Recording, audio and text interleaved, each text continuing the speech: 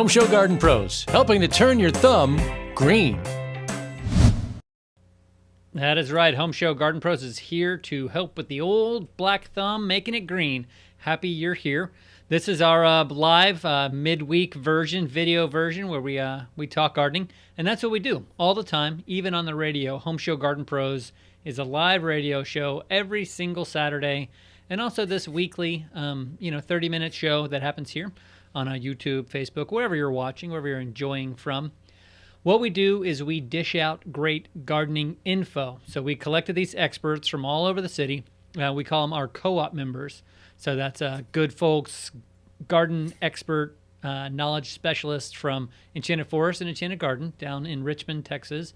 You also got the awesome people from Nelson's Nursery and Water Gardens. Anita's one who comes out most of the time.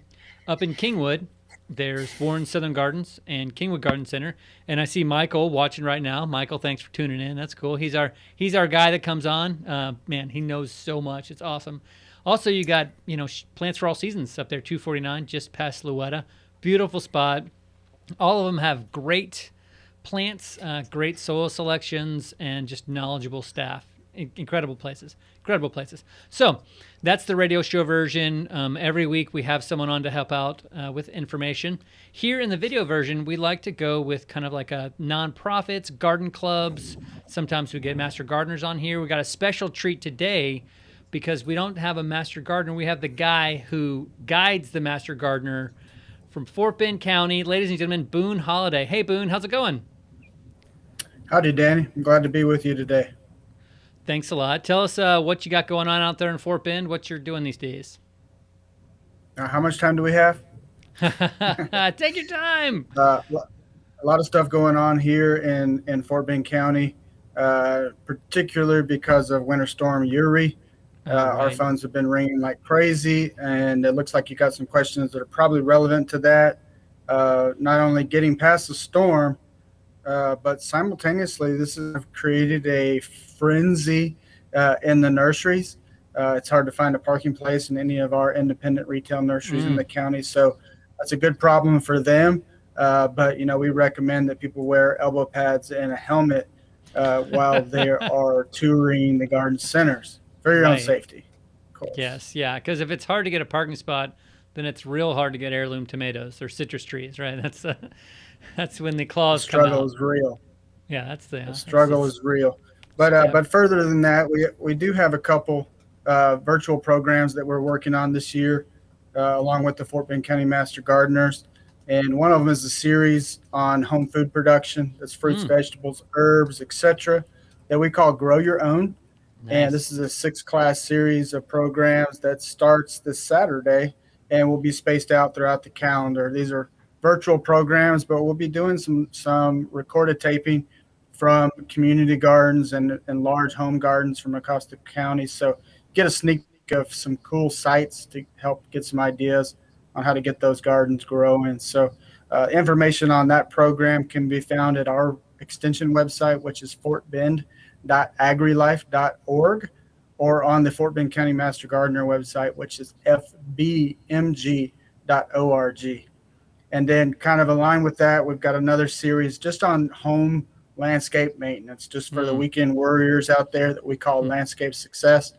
And this one is a partner program with the Fort Bend County Library System. Nice. So if you go to Fort Bend Libraries, click on classes and events, you'll see the first class is going to be starting next Tuesday, which the first class starts with soil. And we work up from soil and talk about turf, trees, shrubs, ground covers, annuals, perennials, etc. throughout the year. That is awesome. That's so cool. And the cool thing about the virtual classes like that is I can go out into my garden, take the class, and actually practice some of the stuff that you talk about. So Indeed. It's a great way to get involved. And you guys are doing a great job doing education. And, man, Fort Bend's so cool because did I read right that it's the most diverse county in America? Yeah, and that continually ticks up as far as the amount of diversity. I just looked at our demographic update today, and it's getting more and more diverse every time I see that. So we love it. We've got a very diverse group of volunteers and people that we work with here in the county, so it's a whole lot of fun. Well, that's so cool too, because you're getting such access to unique vegetable plants and people that know how to grow those interesting plants from all over the world. So that's so cool. Yep. And you don't have to do the crackdown if somebody brings in some illegal eggplant. Yeah, that's somebody else's job. So that's nice. Have there been much of that? Like people bringing in, exotic fruits and vegetables and trying to grow them? Yeah, we get a little bit of that every once in a while, and we help the municipalities and the groups that are kind of dealing with that prepare a script for people, just Nice. to basically say this is go to the APHIS website, read up on it, and you'll understand why those regulations are in place. Exactly. That's great. Yeah, I think a lot of people are always looking for the best new thing, but a lot of times, it's the thing that we just haven't used enough of. I mean, somebody was asking me just today what my favorite. Oh man, what's the one with the blue, but it turns pink if the soil is more basic? Hydrangea. Hydrangea. Yeah, they were asking me what's my favorite hydrangea, and I've planted a lot of them, and I still like the Nico Blue. I still like the kind of old hydrangea. So sometimes the best one is the one that we've used the most. So keep that in mind. Yep. So Boone, what we do on this show is we've got some questions that we're going to go through. Also, people are invited to put questions in the comment section. Wherever you're watching, we will try to get to those. We got multiple screens going, and we're checking questions all the time. So please, we got 2 horticulturalists here and 2 different kind of experience sets and people that love answering questions. So we are here to do that. So we're going to start with these questions that we've culled from our Facebook page and from our HomeShowGardenPros.com website. We have a button there called Ask a Pro. You click that button and you send me an email. Also on Facebook, you can put questions in there, both places too. You can use pictures, which do help a lot. So we're going to start with the questions. You ready, Boone? Let's go. All right, here we go. Question number 1. It's from Carol. She says, I had my young citrus trees covered during the winter storm. However, the branches are dry. I did scrape the bark and saw some green on the orange tree, but I heard something on your show about it. They start to grow from the bottom. This is not good, and the fruit will not taste right. If this is the case, what should I do? The same is happening with my pomegranate tree. So really 2 topics there, but maybe address grafts, I guess, for Carol here. Very good. Well, it looks like there's probably 2 different things potentially going on here. So one thing we know is that pomegranate trees grow readily from softwood cuttings. So if you buy a pomegranate, chances are it's the same plant from top to bottom. It's not a grafted tree. So what's happened is just extreme freeze damage. So it means the top part of the canopy is dead or compromised so bad that it's trying to grow back from basal sprouts. And so in that case, you just cut it off several inches up above where the basal sprouts are coming. And then just with TLC and time, that really grow back in here in a couple of years to start producing fruit. It's the other case with citrus is that most of our citrus varieties are grafted onto a common rootstock that exudes some characteristic that we want out of the plant. For us, it's cold hardiness, salt tolerance, disease resistance, etc. And that happens to be normally a trifoliate orange or even a dwarfing trifoliate, which is typically called flying dragon is the variety. So in that case, we want to have to do a little bit of homework to try to figure out, are those sprouts coming in from above the graft or below the graft? So this would be one of those really good moments where it's great to have a picture along with it. So the graft is often a diagonal, kind of looks like a scar maybe around the base of the trunk, very close to the ground. And so just low down on the trunk maybe isn't as helpful as near above the graft or below the graft. Is that what you're saying, Boone? Right. Well, a lot of times the trifoliate orange tends to be more vigorous than the Scion, which is the variety you have on top. So you tend to have this bulging effect. So there'll be an obvious difference where the base is bulged and then you have a more narrow line coming out of that. Also, what you'll see in there on that line is sometimes a difference in color above and below, or a difference in texture in the bark above or below. So if you get down there, most of the time it's pretty obvious that there is a graft there, and you'll know that if the sprouts are coming above that, You probably have your variety of that you wanted, whether it was a satsuma, orange, lemon, lime, etc., versus they're coming below it. The other thing that you can look for, and is pretty common, is that the name of this plant is Pancerus trifoliata, or we call trifoliate orange. This is a native orange tree that grows in pastures wild here in Mm. southeast Texas. But it has its name because it has three little leaflets, and all the other varieties of citrus produce a larger dark green single elliptic leaf Right. like this. It's big and green, one single leaf. Sometimes there's like a little basal bulge, but it's just one leaf. So if you see the sprouts coming up and either one, there's three little leaflets on there together, or this thing has some wicked green thorns on it, Mm. then that's pretty clear that those sprouts that you're seeing are the rootstock coming up. And so you can keep those things cut back and just cross your fingers that eventually you'll see some green up and some new bud growth from up above the graft. Okay, gotcha. I do have some good growth on my N33 navel, so it's maybe a foot above the graft. So I'm pretty happy about that. I thought that tree was toast. So, all right, here we go on to next question number 2. But that does sound like good news on the pomegranate, though, so that's good. All right, this one's from Lauren. Lauren says, help, my lawn guy said he put weed killer, and now my lawn has these yellow patches all over. What do I do? Or what should I do? From Lauren. So what do you think? Well, it's kind of a vague question. And again, without pictures of it, this one's hard to tell. It could be that it is impacting broadleaf winter weeds, and that's the yellowing. But it sounds like from the question, I think she knows that the damage is in the grass, the yellowing in the turf grass, and this can happen. And reading the product label is always this may be a situation that comes down to environmental impacts, you know, improper application, not looking at the temperature range of the application, etc. So there may be a little burn off. I mean, these selective herbicides that people use for any type of horticulture or agricultural use are selective, which means that they are going to impact the non-target species in some form or another. But if applied by the label directions, you should be able to minimize those impacts. So there is a potential of some turf yellowing.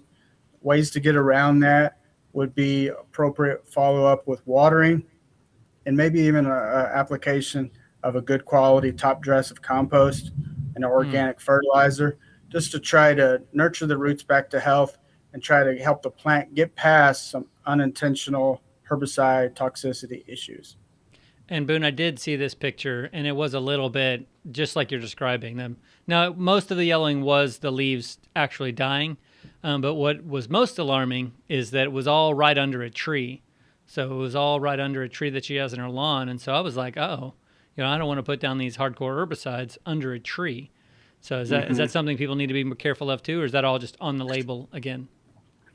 Yeah, and this says a landscaper applied this, so it's this person should be trained enough to make the correct decisions in those situations. But a lot of time for homeowners, they kind of go into those situations blind-eyed, and overuse of broadleaf herbicides within the root zone of existing broadleaf trees and shrubs is really a no-no. So one, I try to stray people away from weed and feed combination products in the area of the active drip zone of trees and shrubs, just as a general rule. If all you have is this green expanse of San Augustine grass, then not perfectly fine. But when you get into those tree areas, you got to be very careful, because those products are potentially going to be absorbed by those trees and cause some chronic toxicity. What I tend to recommend in those situations, if you just have a small amount of weed pressure, just a gentle spot treat on those dense areas of weeds, or to look at some type of approved pre-emergent weed killer that's not going to impact existing trees and shrubs. That's great. That's a great thought there.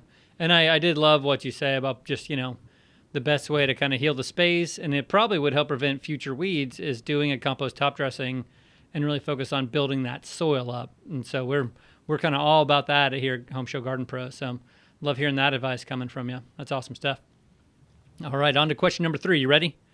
Let's go. Okay, all right. Hey, you're doing a great job. Very thorough. I love it. All right, this is from Isha. Isha says, how frequently do you water your citrus, lemon, limes, already fruiting, May to July? So she's really worried about this late spring through midsummer, how frequent water for the citrus. Mm-hmm. And she's very polite. She says, thank you. Oh, that is nice. Yeah. We tend to recommend during the active growing season for citrus is 1 inch of moisture a week. Okay. But if we compare that side by side with our annual rainfall charts, that's not applying a whole lot of water, to be honest with you. I'm listening right outside, and we're probably getting 2 or 3 inches of rain this afternoon. Okay. And so that means I don't need to water those plants for probably 2 weeks. It's just waiting for the soil to dry up naturally. So don't just set your irrigation system automatically to apply 1 inch a week. If you do that, that's fine. But understand how the simplicity of those systems is just to be able to go in there and turn that system from auto or on to the off position. It's pretty easy to do. And just leave the systems off until we get back to a droughty situation, and then start reapplying some moisture. But roughly about 1 inch of moisture into the root zone per week will keep the plants growing sufficiently and helping to develop those fruit. That is the over application of water, and the fact that as those fruit begin to color up, if we apply too much water, then that's really going to impact the quality of those fruit. They'll swell up too fast. Sometimes we'll have skin bursting on fruit, right. and it does greatly affect the bricks, the sugar content within those fruit. So you hear a lot of people that say, I have great citrus, but when I open it up, it just tastes like water. Well, that's because it had too much water. Yeah, not enough time to build those complex molecules. Sugar molecules. I've been to the ET data site on the Texas AgriLife website, and it's awesome. I'm a huge fan of that, actually tracking, the evapotranspiration data. And so what you're talking about is, when it rains, you get some water, and then you don't need to water anymore. But is that y'all's tool, or whose tool is that? Yeah, that's through our tool. And I don't have the URL at hand here. I'm glad that you mentioned that. You could probably do a follow-up in your comments there. But it's the ET network. And so our School of Irrigation hosts that. And so they collect weather data from weather stations state. And it basically tells you how much rain you've gotten within the last 24-hour, week, month periods to help you guide those decisions. There's also a tool that's available, and I think it's just called Water My Lawn. Nice. I'm trying that's to. Fun, that's fun. Very simple, very straightforward. Water My Lawn. Yeah, it's actually Water My Yard is actually what it's called. Yeah, I guess that's nice. watermyyard.org, and this is also a tool that's hosted by the School of Irrigation, and it is about as simple. I mean, people, when they think about irrigation, sometimes they get a little nervous about the tech behind it. But you sign in here, you put in your zip code or your address, and it basically says you need a water or you don't need a water. Right. Wow. So it comes down to that. If you don't want to think about ET or evapotranspiration and have to go through the coefficients and transpiration rates and all that, then you can go there, and they basically say, yeah, your plants probably need some water, or you don't need to worry about it. Pretty simple. Yeah. Yeah, you don't have to worry about, phone home or anything else like that. Elliot, from this one. That was from an old movie some of you kids haven't seen. It's called E.T. Okay, on to question number 4. Okay, all right, good. And here we go. This is from Ashley. Ashley, she's a rebel. Okay.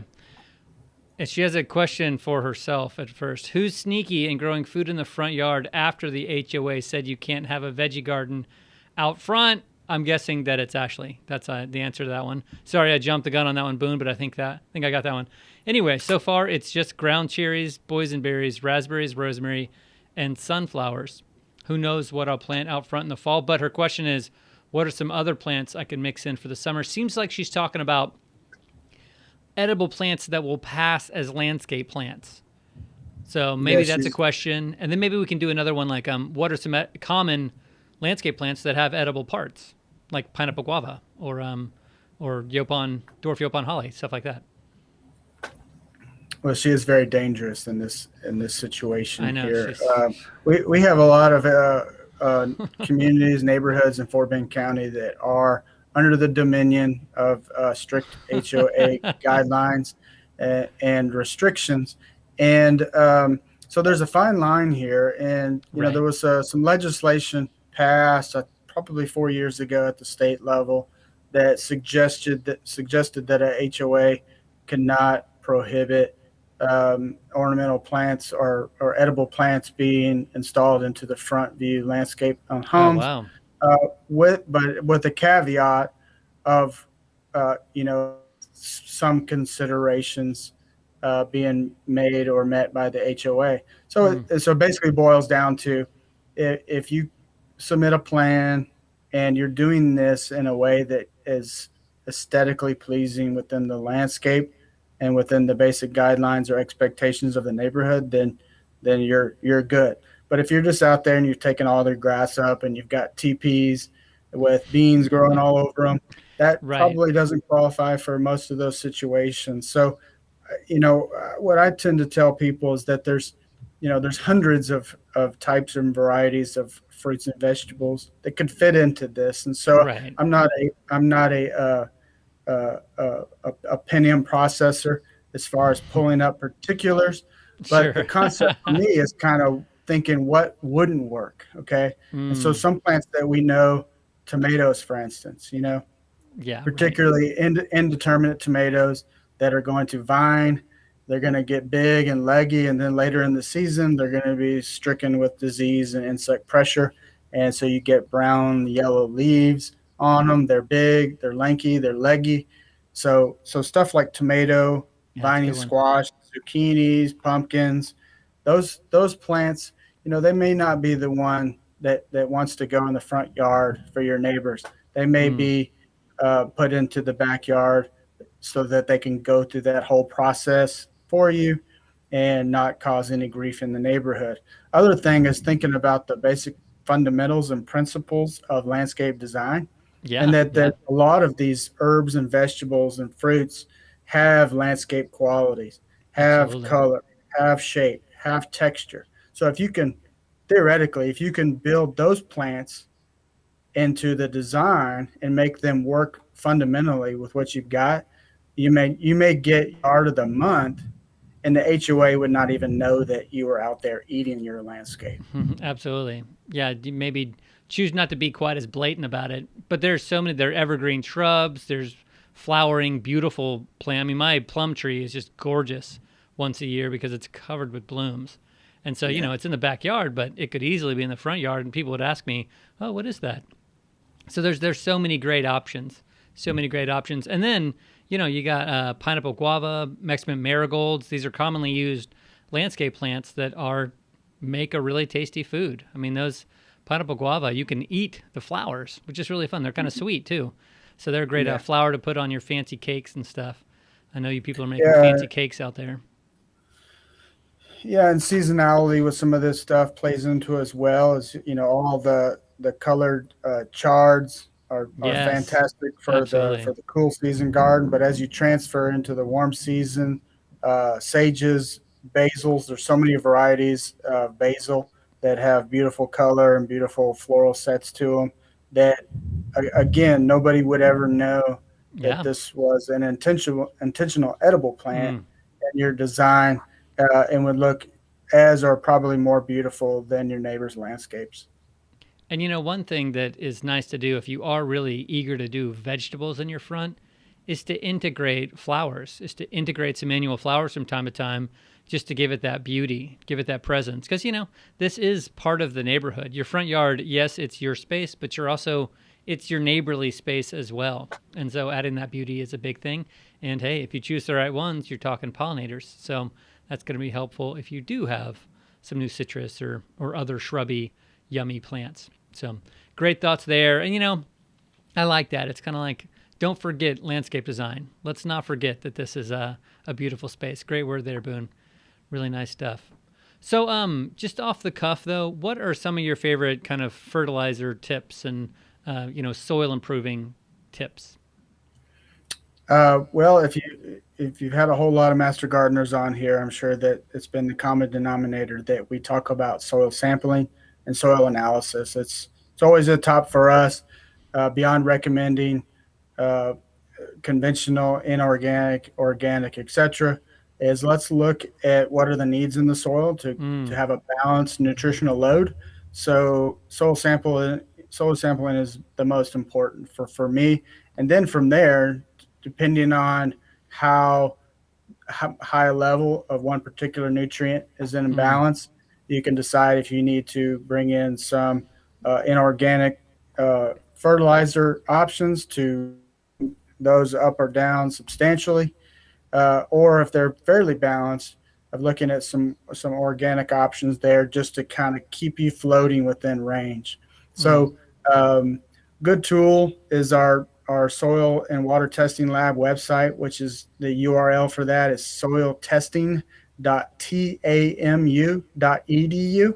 And if you scroll down to the bottom, it says resources, and it shows you how to conduct a sample, how to analyze a sample. It goes through all the fertilizer calculators so you can see how much of each actual ingredient or nutrient you need to be applying to that.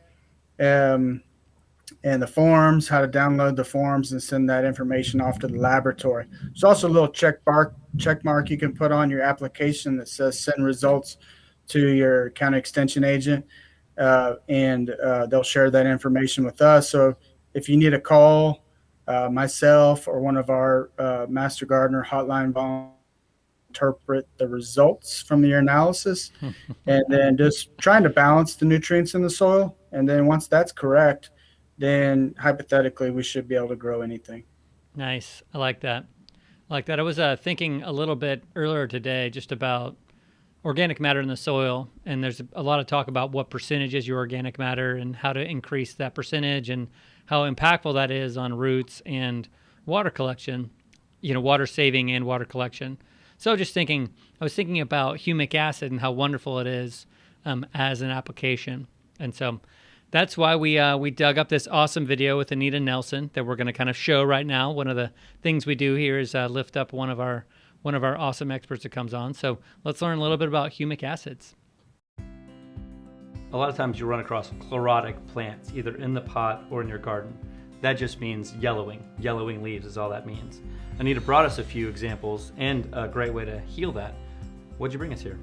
Well, first of all, I want to say a great way to heal it organically.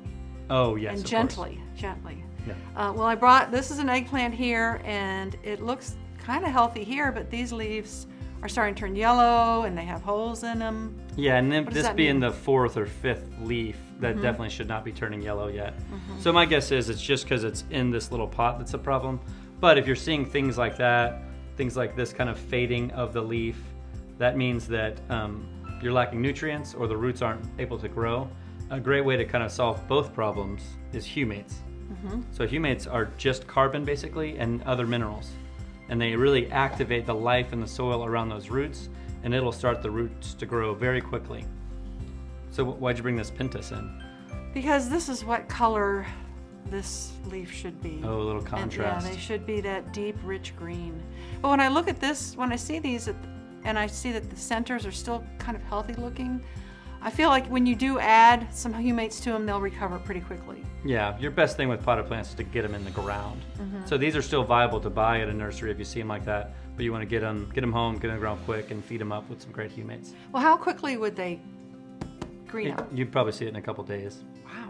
Yeah. Well, for more, go to HomeShowGardenPros.com. There it is. Great way to improve the health of your plants with humic acid. Thanks, Anita. Great thoughts there. Boone, you got any thoughts about our video we showed? Fantastic. Yeah, I agree with it completely. Especially starting with a young plant.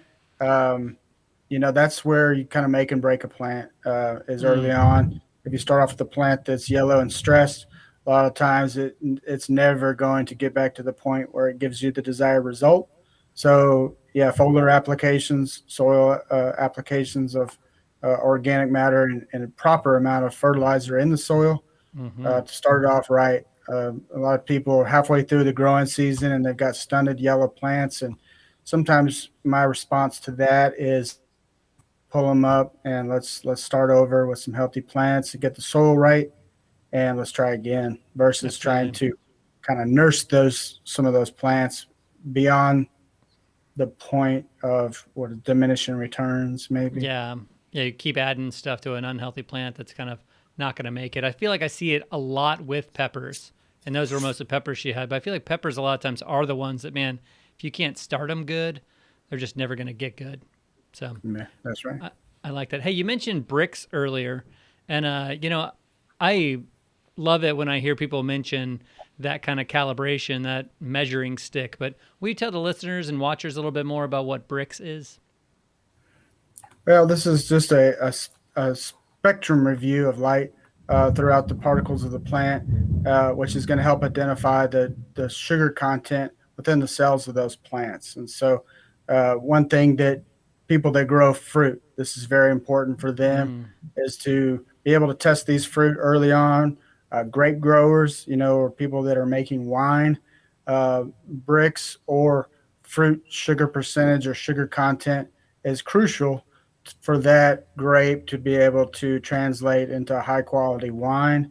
And so it's a way that we can test that while the fruit are still on the plant to help give us an idea if we need to tweak some of our growing practices a little bit to get ready to harvest that plant at the peak of freshness and sweetness. that there you go. That was that was perfect. Awesome. So appreciate you being here. You've given us some great tools, great advice, soil testing, really checking that rainwater data, learning how and when to not overwater your lawn. That's what I'm gonna start saying. Not how much to water, but how much not to water. Because man, people they kill their plants so much just by overwatering.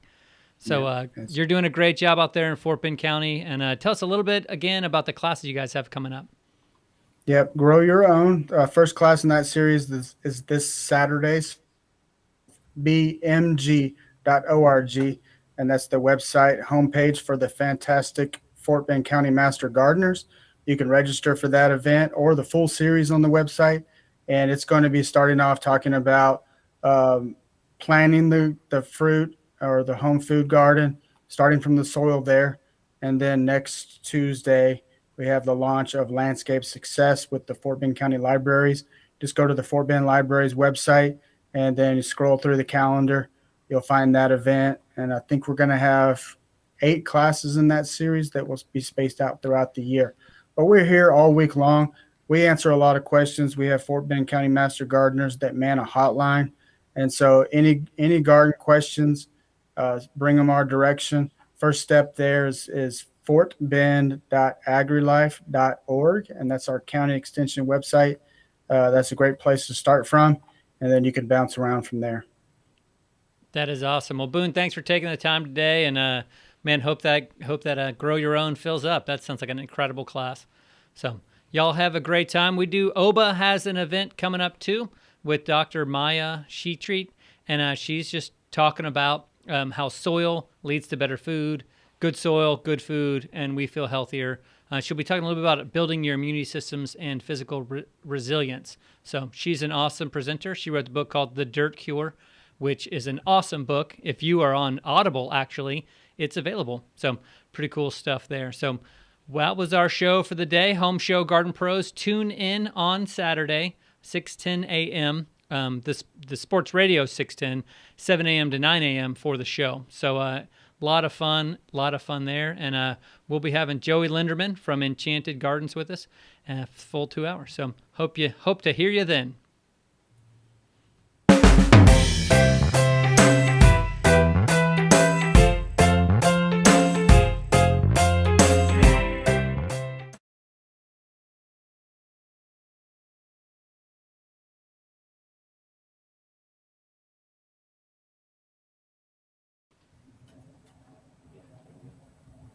Hey, great job. Thank you. Right on, dude. Hey, we got a list of about 10 pieces